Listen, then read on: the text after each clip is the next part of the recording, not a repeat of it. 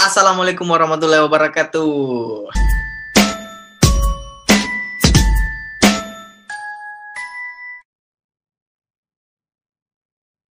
Balik lagi bersama saya Hilmi Hairi di channel Hilmi Hairi yang tidak penting. Jadi kali ini gue pengen video reaction. Cuman kali ini video reactionnya narsis. Nonton video sendiri. Jadi gue pengen nonton video stand up gue. Tapi sebenarnya intinya gue pengen cerita juga soal hobi gue ini yang terhenti.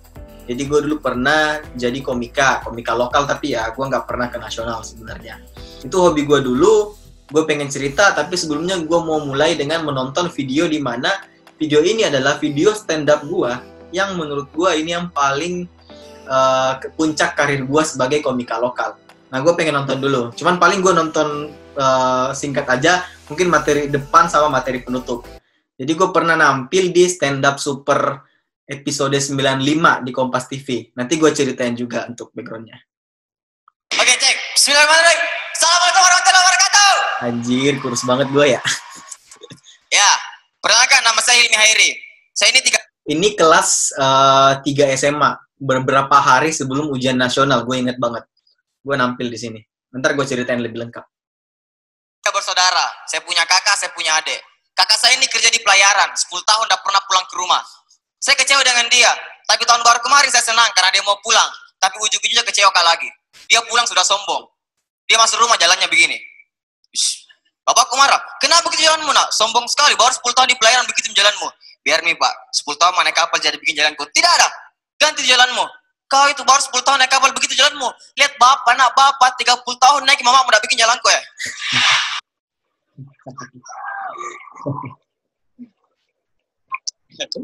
Jadi teman-teman, kalau kita stand up itu dan kita dapat ketawa di awal, itu benar-benar membuat kita enjoy dan tegang kita hilang.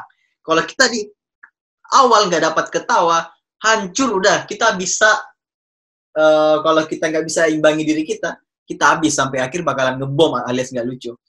Jadi tadi saya kesini naik motor. Di jalan saya lihat ada spanduk, sehingga Kak bacain. Spanduknya bagus sekali. Sunat tanpa jahitan, Mbak. Ini sunat bagaimana? Mungkin juga tidak digunting, di cutter. Sudah di cutter, tidak dijahit, di klip.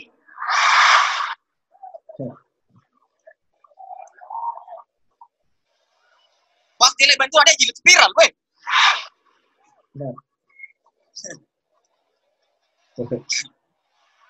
Ini kan bahaya untuk anak-anak, misalnya ada anak-anak. Siap ya, Dek?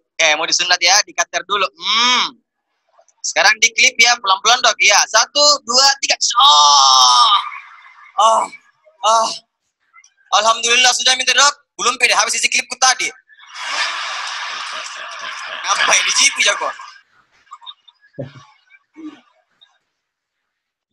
Dan penontonnya ini teman-teman, kalau nggak salah dulu itu 5.000 orang untuk penontonnya. Dan itu benar-benar gue seneng banget, dimana puncak gue sebagai komika lokal, gue bisa nampil depan 5.000 orang dan pecah suara ketawa orang di ruangan itu benar-benar kedengeran sampai pokoknya gue seneng banget lah. Stand up comedian itu kalau kita dapat ketawa yang sebegitu banyak itu makin kita enjoy di panggung.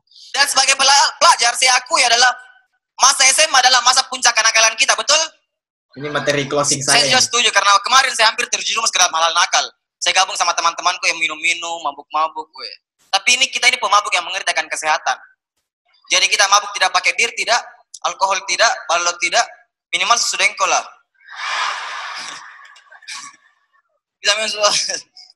Dan kita hindari namanya isap rokok. Kita tidak pernah isap rokok. Isap gula-gula kaki ya. Isap gula-gula kaki sama-sama. Kalau habis pergi beli sama-sama, Bu. Beli gula-gula kaki kiri, kaki kanan. Terserah kakek apa. Saya dikasih, saya pulang sama teman-temanku. Sampai rumah saya buka pembungkus gula-gula kakiku. Sebelum saya buka pembungkus gula-gula kakiku, saya lihat, kenapa ada putih-putih nih gula kakiku ini? Bu, kenapa ada putih-putih gula kakiku ini? Oh, butuh air itu deh. Saya terima kasih. Nah, itu tadi teman-teman video gue waktu zaman-zaman gue stand up. Dan itu penampilan gue di Kompas TV, stand up seru, dan alhamdulillah itu kayaknya paling tinggi deh kalau semasa gue menjadi komika lokal Makassar. Nah, jadi kalau gue boleh cerita dari awal, gue stand up itu kenal stand up dulu ya. Gue kenal stand up itu sebenarnya lucu.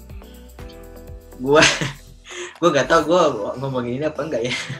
Gak apa-apa lah, diomongin aja masa lalu kan. Jadi gue tahu stand up komedi awalnya itu karena dari gue deketin cewek. Waktu SMP gue deketin cewek, dan cewek ini ngefans sama Raditya Dika. Nah, Raditya Dika itu gue nggak tahu siapa, sama sekali gue nggak tahu. Karena biar gue deket sama cewek itu gampang, bisa komunikasi dengan nyambung, gue cari tahu dong Raditya Dika itu siapa. Akhirnya gue cari browsing di warnet, ketemu tuh ternyata Raditya Dika itu penulis komedi. Gue scroll, gue nemu video stand up-nya, gue nonton, dan gue ketawa banget waktu nonton video stand up-nya Radit waktu itu. Akhirnya gue tahu Raditya Dika itu juga seorang komedian. Cuman untuk stand up komedinya gue belum tahu nih. Oh ternyata ada ya gaya komedi, kita ngobrol depan sendiri, kita kayak cerita aja tapi lucu. Dan dalam hati gue bilang, gue bisa nih kayak gini, cuman ngelucu doang. Awalnya gitu ngomongnya kan. Merasa bisa.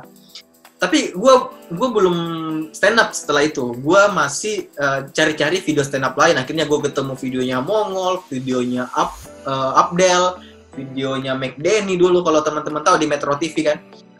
Gue suka langsung dengan stand up comedy, walaupun gue belum tahu stand up comedy itu ternyata ada teorinya, ada tekniknya, dan gue nggak tahu, masih buta. Faktor kedua kenapa gue bisa tercemplung di stand up comedy adalah ada teman saya namanya Putra Bayu. Itu teman SMP saya juga. Dia ternyata lebih duluan mengikuti acara stand up comedy di Kompas TV. Jadi ada dulu namanya stand up comedy season 1 yang waktu itu ada Ernest, ada Rian Adriandi, itu yang pertama banget. Dia udah ikuti, dan gue nggak tahu tuh awalnya.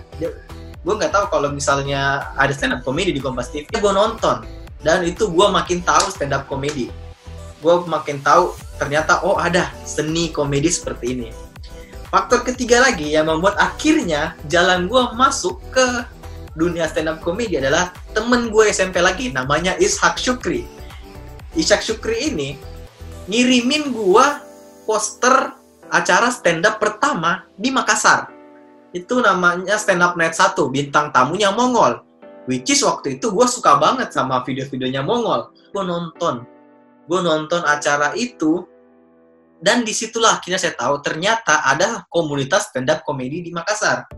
Di akhir acara MC umumin, buat teman-teman yang mau coba stand up silahkan gabung sama kita di Coffee Urip di Makassar waktu itu kan. Gue denger itu, wah ada ternyata ya, kayaknya bagus nih dicoba. Nah, gue coba buat materi, tapi karena gue belum ngerti stand up comedy, gue masih ngambil materi orang. Jadi materinya Raditya Dika gue tulis ulang, ada cerita-cerita lucu waktu gue kecil gue tulis ulang. Ternyata gue nggak tahu stand up comedy itu kita harus membuat materi kita sendiri dengan keresahan kita sendiri. Gue belum tahu tuh. Gue datang ke Coffee Urip hari Kamis malam. Jadi waktu itu gue ditemenin sama salah satu tentor bimbel gue, tentor jils gue. Kalau gue boleh sebut namanya, gue sebut aja ya. Namanya Kak Anca. Kak Anca ini sekarang sama satu instansi dengan gue di BP Jam Sostek, cuman kita beda unit kerja. Jadi dia yang temenin gue dulu tuh awal banget. Gue nyampe sana, awalnya gue langsung anjir, gue bisa nggak ya nampil? Nggak usah deh. Jadi gue nggak niat daftar tuh. Tiba-tiba ada namanya Kak Cacing. Kak Cacing ini anak komunitas, dia datengin gue. Mau coba nggak stand up? Gue bilang, nggak usah deh. Terus katanya, ayo coba aja lah. Terus gue bilang, oh ya udah, daftarin gue aja. Gue daftar. Gue dapat urutan komika nampil ke 18. Dan itu malam. Dan gue dapat giliran, ternyata udah setengah 11 malam. Bayangin, gue nampil di saat penonton udah gini. Kayak ngantuk jam setengah 11 malam, coy. Dan hasilnya tidak lucu sama sekali. Tidak lucu. Sama sekali tidak lucu. Tidak ada penonton yang ketawa, tidak ada sama sekali. Ya setelah penampilan itu gue merasa udahlah, gue nggak cocok jadi komika, gue nggak bisa stand up, gue nggak lucu, gue nggak bisa bawain materi dengan bagus. Akhirnya gue tutup tuh, udah selesai. Tapi entah kenapa menjelang minggu depan jadwal open mic selanjutnya atau jadwal penampilan selanjutnya, gue langsung kemikiran, kok kemarin nggak lucu sih? Padahal gue gampang banget nih kayaknya nih, cuman ngobrol doang di atas, cerita doang, cerita lucu. Minggu kedua, alhamdulillahnya, karena gue udah mulai nulis pakai materi gue sendiri, cuman masih ada lah dikit-dikit materi-materi kodian atau materi-materi cerita-cerita lucu yang dulu kan. Gue tulis ulang. Gue tampil dan alhamdulillah gue lucu waktu itu. Gue lucu, cuman gak lucu yang ketawa ngakak penonton. Seenggaknya ada ketawa gue dapat. Gue langsung, anjir gue lucu, gitu kan. Gue langsung keangkat. Minggu depan, gue coba nampil lagi dengan PD-nya. Dan gue ngajak temen gue, Putra Bayu ternyata mau coba juga yang kenalin gue stand up comedy di Kompas TV. Dia nyoba juga, gue nyoba juga lagi. Dan kita berdua tidak lucu. Dan gue gak lucu lagi. Akhirnya semangat gue buat stand up turun lagi. Naik turun, fluktuatif, naik turun, tapi kebanyakan turunnya, kebanyakan gak lucunya. Akhirnya gue belajar sama teman-teman komunitas, apa sih itu stand up comedy, tekniknya apa aja. Akhirnya gue belajar, gue baca teorinya, ternyata ada teknik-tekniknya, teknik menulisan materi seperti apa, teknik mencari lucu seperti apa. Akhirnya gue tahu semua, gue coba tulis materi pure, materi gue, keresahan gue. Akhirnya gue nemu satu set open mic, yang itu pecah semua, dor. Wow. Seneng kan, makin semangat jadi stand up comedian. Makin ke depan, gue bisa berkembang, walaupun gak selamanya gue lucu, kadang gue gak lucu lagi. Gue dapat job pertama. Job pertama gue harus ngelucu di depan customer KFC. Bayangin, orang makan, gue harus stand up. Itu di KFC Pantai Losari, seingat gue. Gue nampil, job pertama gue dibayar. Gue cuma dibayar 75.000. Dipotong 20% buat komunitas. Jadi cuma 60.000. Gue nampil, alhamdulillah. Nggak pecah-pecah banget, cuman seenggaknya gue lucu malam itu. So, inget gue ya, gue lucu alhamdulillah. Itu job pertama gue. Setelah itu, entah kenapa nggak ada job lagi. Paling job-job kecil dengan seharga-harga bayaran itu kan. Terus, stand up night 3 dibuat nih sama teman-teman stand up Indo Makassar. Bintang tamunya itu G. Pamungkas, Rian Adriandi, dan Kemal Palevi. Bayangin. Zaman mereka itu, mereka terkenal banget dan banyak orang yang pengen nonton mereka. Tapi sebelum mereka nampil, ada namanya komika lokal atau komika pembuka. Nah, komunitas stand up Makassar bikin audisi untuk siapa nih yang cocok jadi pembukanya, komika pembukanya. Gue ikut dong. Gue ikut berharap bisa lolos. Gue ikut. Selesai nampil malam itu, alhamdulillah gue merasa pecah juga. Cuman banyak yang pecah malam itu. Jadi gue agak gak kepilih nih kayaknya nih. Soalnya dipilih cuma 5 orang. Yang pecah lebih dari 5 orang. Aduh, gak kepilih kayaknya nih. Penentuan itu dari penonton yang voting. Dan keluarlah 5 nama. Nama pertama bukan gua. Nama kedua bukan gua. Nama ketiga bukan gua. Nama keempat bukan gua. Satu lagi nih. Gua gak yakin karena ada satu orang yang pecah juga. Namanya Kak Israndi. Dia pecah. Gua yakin dia ini kepilih nih. Ternyata alhamdulillah pas disebut nama gua. Gua seneng banget itu karena kenapa? Itu bakalan menjadi panggung besar pertama gua. Ditambah gua bisa nampil sama komika gede seperti G. Pamungkas, Kemal Palevi, dan Rian Adriandi. Tiba harinya gue stand up di stand up night 3, gue jadi komika lokal dan syukur banget, alhamdulillah banget, gue pecah banget di situ. Dan sampai gue nggak bisa lupa pujian dari G. Pamungkas pada saat gue closing, gue turun panggung, G. Pamungkas bilang sama gue, "Gokil, lu keren bro." Gue seneng banget tuh dipuji sama komika nasional. Penampilan gue di stand up night 3 yang membuat pintu gue menuju hobi gue berubah menjadi pekerjaan. Gue masih sekolah, tapi gue kerja juga dengan stand up comedy. Gue bisa bilang kerja itu karena kenapa? Gue menghasilkan duit dari sana. Penampilan gue di stand up night 3 membuat gue bisa dikenal banyak orang karena penontonnya waktu itu sekitar 900-an orang di Hotel Sahid Makassar itu. Mulai 1 job, 2 job, 3 job. Tapi gitulah, harga masih biasa standar, naik. Alhamdulillah. Dan saya merasa, wah cukup nih buat jajan, tambah jajan nih. Lumayan juga. Saya lupa itu tahun berapa stand up night itu, cuman saya mendapat puncak saya itu dimana gua zaman-zamannya rame ngejob awal tahun 2014. Gua masih kelas 2 SMA. Itu hektik banget tuh. Acara prom night gua sikat. Acara pensi, bahkan gue pernah manggung sama Sheila on 7 loh. Gue stand up dulu, terus Sheila on 7 habis itu. Acara ulang tahun, acara tahun baruan, acara banyak lah, sampai acara yang paling unik apa ya? Acara ini dong, acara buka puasa, gue disuruh stand up. Bayangin, orang buka puasa itu dikasih ceramah, gue disuruh stand up. Jadi mereka dibuka dengan stand up komedi, bukan ceramah. Gue pernah juga tuh. Acaranya Pokari Street waktu itu paling kocak sih menurut gue.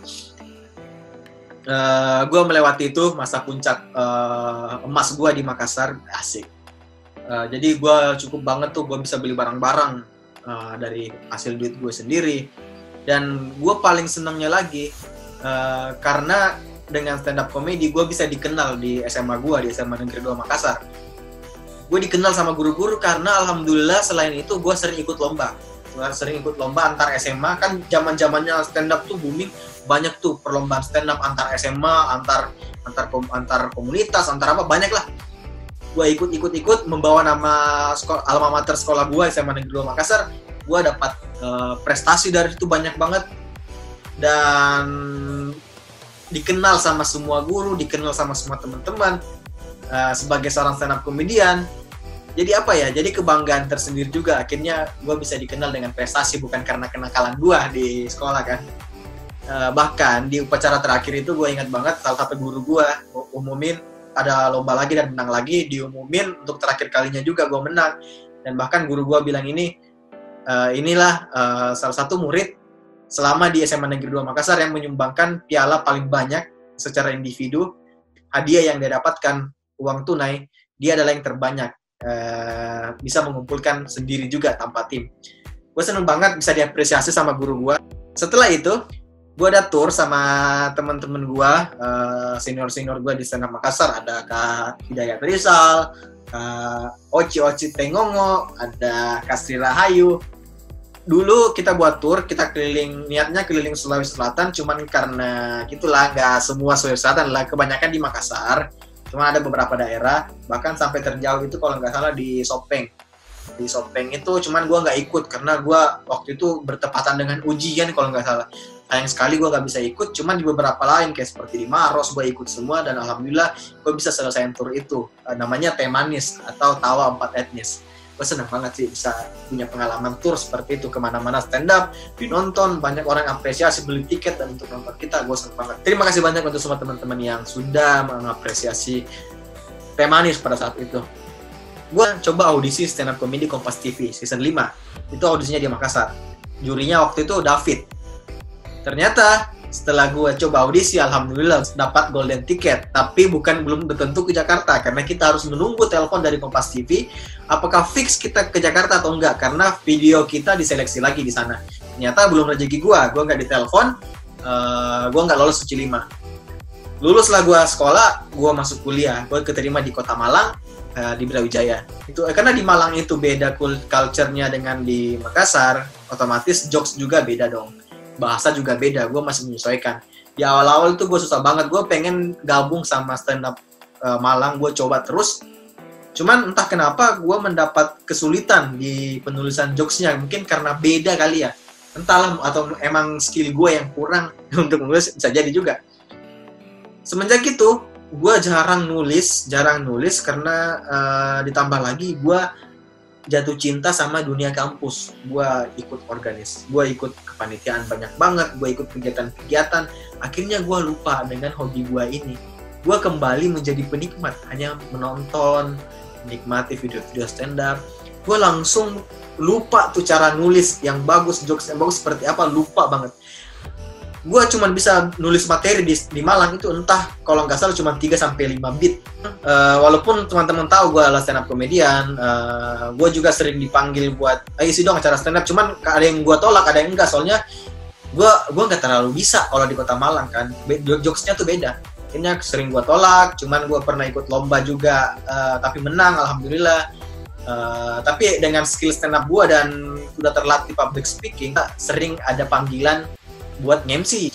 Jadi gue sering MC sambil lempar jokes gue juga. Di Malang lebih aktif MC atau jadi host gitu kan. Cuman yang non formal gitu buat seru-seruan. Itu gue jalanin di Malang, cuman duitnya nggak segede stand up ya. Bisa dibilang hobi gue terhenti saat kuliah. Hobi gue terhenti, gue nggak bisa nulis lagi. Paling gue nulis paling 1 materi, 2 materi gitu. Paling nampil kalau disuruh nampil ya nampil. Cuman seadanya, kadang kok tolak juga karena gue udah bisa dibilang yang dulu gue pelakunya, sekarang gue kembali menjadi penikmatnya, kembali ke awal. Dan itu gue terima. Kenapa? Karena gue sendiri yang malas untuk nulis lagi kembali. Gue yang udah kehilangan ilmu gue buat nulis, entah karena gue kurang belajar, apapun sih sebenarnya bisa dipelajarin buat kembali. Cuman gue sendiri yang salah, gue yang malas, akhirnya gue terjebak di tanpa bisa nulis lagi. Dan ginilah gue, hobi gue akhirnya terhenti. Sampai masuk ke dunia kerja sekarang di kota Jakarta, gitu juga. Walaupun teman-teman tahu saya dulu stand up komedian, gue paling disuruh nampil 1-2 kali, tapi tetap gue punya keresahan banyak, tapi gue nggak bisa nulis menjadi jokes komedi. Sekali lagi, hobi gue terhenti. Kalau ditanya sedih sebenarnya, karena kesalahan sendiri, dan gue menyesal juga nggak coba terus latih pada saat awal-awal gue di kota Malang, gitu. Jadi itu pengalaman gue dulu zaman stand up. Kalau ditanya mau lagi nggak, sebenarnya pengen banget. Tapi entah kenapa kembali lagi yang tadi, gue masih kesulitan untuk menulis jokes ya. Gue masih kesulitan. Padahal gue punya banyak keresahan, apalagi di dunia kerja gue punya banyak keresahan nih. Cuman belum bisa gue olah menjadi materi stand up. Insya Allah mungkin kalau misalnya hidayah turun ke gue dan akhirnya gue bisa terus lagi, gue pengen banget jadi stand up comedian kembali, pengen banget. Apalagi gue di kota Jakarta sekarang, dan ini peluang buat gue juga untuk kembali menyalurkan hobi, bahkan gue bisa bilang bakat gue dulu itu. Tapi nggak apa-apa teman-teman, untuk sementara gue bisa dibilang hanya penikmat stand up komedi aja. Gue bukan komika lokal lagi. Selesai untuk masa jadi komikanya. Semoga bisa kembali lagi. Yang paling saya rindu adalah duitnya. Tapi itulah, gue senang banget bisa menjadi salah satu bagian perjalanan stand up comedy di kota Makassar. Dulu seneng banget, banyak ajak foto. Padahal gue, siapa sih, gue komika lokal doang. Itulah mungkin teman-teman pengalaman gue selama menjadi komika di kota Makassar dan akhirnya terhenti. Pelajarannya adalah yang mungkin teman-teman bisa ambil. Dulu gue bukan siapa-siapa tuh di awal-awal gue menjadi stand up comedy, tapi gue giat. Gimana caranya gue bisa ngelakuin apa yang gue pengen. Akhirnya gue terjadi, dan gue bisa menghasilkan sesuatu yang luar biasa dari hal itu. Sampai sekarang teknik gue public speaking gara-gara stand up masih gue bawa sampai sekarang, dan itu berguna banget buat gue. Kedua yang bisa teman-teman ambil, kalau teman-teman berada di dalam satu kegiatan atau hobi atau bakat, janganlah berhenti untuk mengasah bakat kalian. Karena kalau kalian berhenti, kalian malas, kalian akan menjadi seperti orang yang tidak punya apa-apa. Seperti saya tadi, saya bilang, saya langsung kehilangan bakat saya rasa. Dan itu saya menyesal juga sebenarnya. Wah, jadi jangan sampai kalian seperti itu. Mungkin itu doang teman-teman yang bisa saya kasih makna dari cerita gue ini. Semoga kalian teman-teman ada juga yang lagi mengasah bakatnya atau lagi dalam seru-serunya dengan bakatnya, terus lakuin, jangan berhenti. Capai bakat kalian, jalankan bakat kalian, dan saya yakin akan menjadi sesuatu yang besar nantinya kalau kalian serius. Itu aja teman-teman, terima kasih buat yang udah nonton. Jangan lupa like, komen, dan subscribe seperti biasa untuk membantu saya mendapatkan AdSense. Jangan lupa di-share ke teman-teman juga, siapa tahu bermanfaat. Dan sekali lagi, saya Hilmi Hairi. Thank you. Assalamualaikum warahmatullahi wabarakatuh.